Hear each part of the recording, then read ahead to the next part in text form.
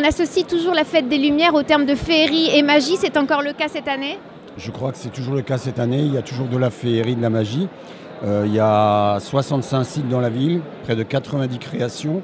Et notre objectif, c'est de justement créer de la poésie, de la magie, de créer un parcours où les gens peuvent passer d'une petite installation à une plus spectaculaire, à une plus poétique. Voilà. Et il faut vraiment se promener aussi en dehors de la presqu'île et puis savoir un peu lever les yeux.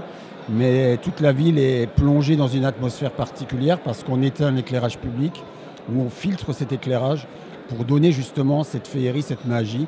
Et il n'y a pas une voiture dans la presqu'île. Plusieurs temps forts. Lesquels, selon vous, sont à retenir? Les temps forts, vous savez, c'est une question un peu difficile. On va dire qu'il y a 20 gros projets dans la ville, essentiellement dans le centre-ville, dans la presqu'île. Évidemment, la place des terreaux, elle est un peu incontournable. La colline de Fourvière, parce que c'est quand même le lieu où historiquement tout s'est passé, le 8 décembre. Et c'est un beau point de vue sur la ville. Et puis, je dirais la place Bellecour aussi, parce que c'est la grande place de Lyon. Il y a aussi des endroits incontournables du patrimoine, la cathédrale Saint-Jean, et puis je dirais le théâtre des Célestins. Une nouveauté, la mise en lumière du quartier de la Confluence. Une nouveauté, la mise en lumière du quartier de la Confluence, parce que la ville s'étend, le centre-ville s'étend sur le sud de la presqu'île, à la Confluence. Et il y a 2 installations qui sont mises en place cette année, l'hôtel de région et une installation dans la darse nautique de ce quartier. C'est un événement magique, mais également éco-responsable.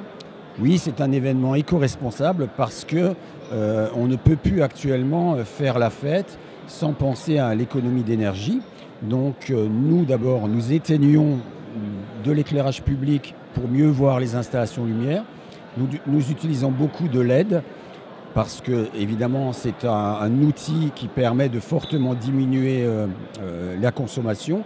Et nous avons aussi un partenaire, Recilum, qui nous permet aussi de sensibiliser les visiteurs, les habitants de Lyon à cette problématique. Merci beaucoup.